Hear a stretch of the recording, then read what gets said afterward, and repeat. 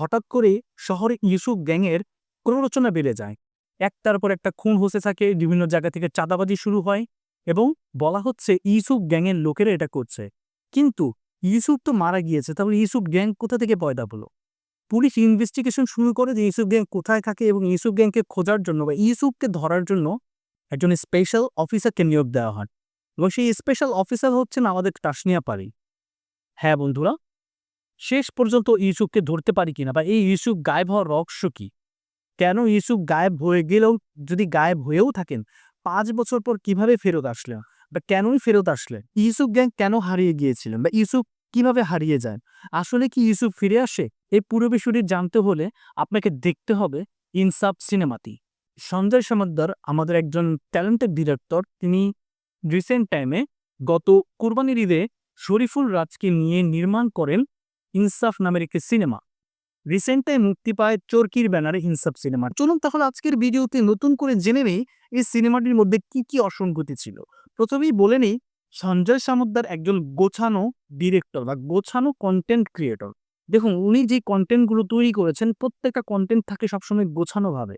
যেমন আমি যদি বলি, অপূর্বকে নিয়ে তিনি যখন ট্রোল নামক একটি সিরিজ করেছেন বা ট্রোল নামক একটি কন্টেন্ট তৈরি করেন, সেই ট্রোলটি ছিল খুবই চমৎকার এবং গোছানো নির্মিত এবং তার পোস্টার থেকে শুরু করে প্রি প্রোডাকশন বা আমরা ট্রেলার যখন দেখি এবং পরবর্তীতে কন্টেন্টটা যখন দেখি, খুবই চমৎকার এবং আমাদেরকে একটা নতুন ভাইব তৈরি করে যে না, একজন সিনেমার ডিরেক্টর পেতে যাচ্ছি আমরা।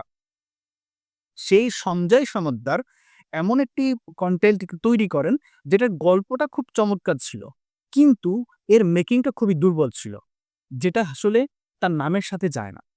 বা তার প্রিভিয়াস কন্টেন্ট দেখার পরে একটু হতবাগী হবেন আপনি যে আসলে কি তৈরি করলেন। প্রথমত তার কাস্টিং ছিল সবচেয়ে দুর্বল এবং তাসনিয়া ফারিনকে যোগ করা ছিল তার এই সিনেমার মধ্যে সবচেয়ে বাজে একটি চিন্তা ভাবনায় বলবো। দেখুন, শরীফুল রাজ সম্পর্কে কোনো কথা বলা যাবে না। হি ইজ আনডাউটলি একজন স্ট্রং অ্যাক্টর এবং সেটা বরাবরের মতো সেই দেয়ালের দেশ, পরাণ, নডলাই, আইসক্রিম এর আগে থেকে আমরা দেখতে পাচ্ছি যে তিনি কোন লেভেলের একজন অ্যাক্টর এবং সে এই কমার্শিয়াল সিনেমাতে এসে বুঝিয়ে দিয়েছেন শুধুমাত্র ড্রামাটিক সিনেমা বা ইমোশনাল সিনেমা তৈরি করার জন্য বা বানানোর জন্য তাকে সিলেক্ট করলে হবে না। তিনি কমার্শিয়াল সিনেমাতেও তাপটের সঙ্গে অভিনয় করতে পারেন। সেটা তিনি এই সিনেমাতে অলরেডি দেখিয়ে দিলেন। লুক ওয়াইজ তাকে দেখানো সবকিছু ছিল টপ নচ লেভেলের। কিন্তু তাসনিয়া পারিনকে দেখানো হয়েছে যতটা স্ট্রং ততটা হাস্যকর। তাসনিয়া পারিন যখন শুরুর দিকে যেই ছোট, ছোট সাবপ্লট গুলোকে ধরে আনতেন ইউসুফের খোঁজ নেওয়ার জন্য, তখন তাকে দেখে মনে হচ্ছিল না একজন পুলিশ অফিসার। তাকে দেখে মনে হচ্ছিল একজন অসহায় নারী আসলে। তিনি যখন আঘাত করছিলেন এই পুলিশের ডান্ডা দিয়ে, আমরা যদি বলি, সে ডান্ডা দিয়ে যখন তিনি আঘাত করছিলেন এতটাই ফেক লাগছিল আঘাতগুলো, যেগুলো চোখে ধরার মতো আসলে। খুবই বাজে চয়েস ছিল তাসনিয়া পারি এবং প্রথম দিক প্রথমেই তার এন্ট্রিটা যেটা ছিল খুবই বাজে এন্ট্রি ছিল। আসলে যতটা বেশি হাইপ তৈরি করবে তার চেয়ে অনেক বেশি হাইপ ডাউনফলে চলে যায়। কারণ অ্যাকসেপ্টেন্স আপনার এই লেভেলে ছিল, বাট তাকে দেখার পরে চলে যায় এই লেভেলে। এছাড়া শেষ ফিনিশিং এ এসে যখন আকাশেতে লক্ষ্যতারা গানটি হয়, সেই গানের মধ্যে তার এক্সপ্রেশন গুলো খুবই বাজে ছিল। তাসনিয়া ফারিক অ্যাকশন দৃশ্যে খুবই বেমানান ছিলেন।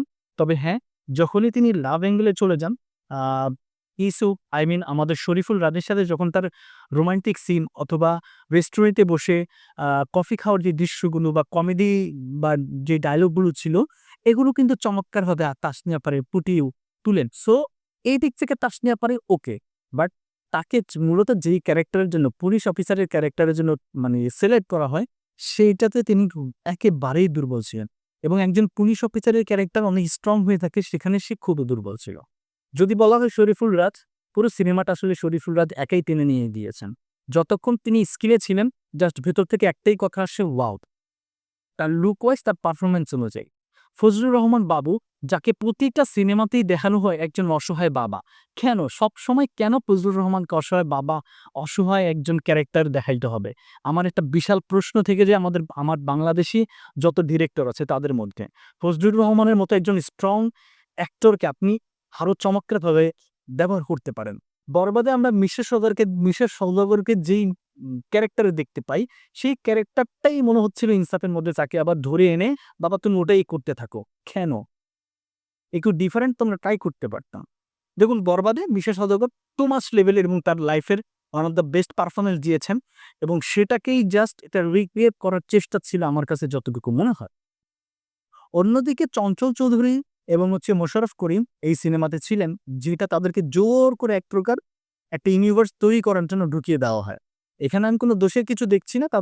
তাদের দুজনকে আনার কারণে গল্পের টুইস্ট বাড়ে, কিছুটা হাইপ তৈরি হয় এবং ইউনিভার্স যদি ক্রিয়েট হয় তাহলে ঠিক আছে। যদি ইউনিভার্স ক্রিয়েট করাতে ব্যর্থ হয়ে থাকেন, তাহলে এই ২ জনকে ঢুকানো পুরোপুরিই ব্যর্থ। মানে ব্যর্থতা ছাড়া আর কিছুই না। কিন্তু সিনেমাটা কত টাকা ইনকাম করতে পেরেছে এবং এর প্রযোজক পরবর্তীতে ইনসাফ 2 বের করবে কিনা, সেটা নিয়েও একটা কিন্তু প্রশ্ন থেকে যায়। যদি ইনসাফ 2 বের করতে হয়, অবশ্যই ইনসাফ 2 এর মেকিং এর দিকে আপনাকে মনোযোগ দিতে হবে। দেখুন এই সিনেমার গল্প চমৎকার ছিল। আমি আবারও বলছি গল্পটা খুব চমৎকার লেগেছে, কিন্তু ফার্স্ট হাফ খুবই স্লো ছিল এবং সেকেন্ড হাফ অতিরিক্ত ফাস্ট ছিল। যেটা ২ টাই মানে আসলে মানা যায় না। আপনি ১ম হাফটা স্লো করেছেন, সেকেন্ড হাফটা ফাস্ট করেছেন, কিন্তু এত ফাস্ট না।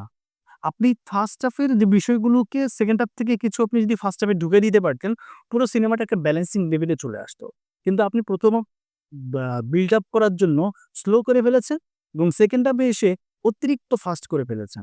যার কারণে সিনেমাটা থেকে একটু মনোযোগ সরে যাচ্ছিল। ১ম হাফে মনোযোগ সরে যাচ্ছিল স্লো হওয়ার কারণে এবং দ্বিতীয় হাফে এসে মনোযোগ সরে যাচ্ছিল অতিরিক্ত ফাস্ট হওয়ার কারণে। বুঝতে কষ্ট, আচ্ছা এটা কোনটা, এটা কোনটা, এটা কোনটা মিলাতে একটু বেগ পেতে হচ্ছিল। সো এই বিষয়গুলো আসলে খুবই ডিসঅ্যাপয়েন্টেড ছিল। তো আমার পক্ষ থেকে আমি এটাতে ২ রেটিং দিচ্ছি এই কারণে। ১ম রেটিংটা হচ্ছে শরীফুল রাজের কারণে। তার দুর্দান্ত অ্যাক্টিং স্কিল এবং কমার্শিয়াল সিনেমায় তিনি যে কতটা দুর্দান্ত পারফরম্যান্স করতে পারবেন, সেটা আরেকবার তিনি প্রমাণ করলেন।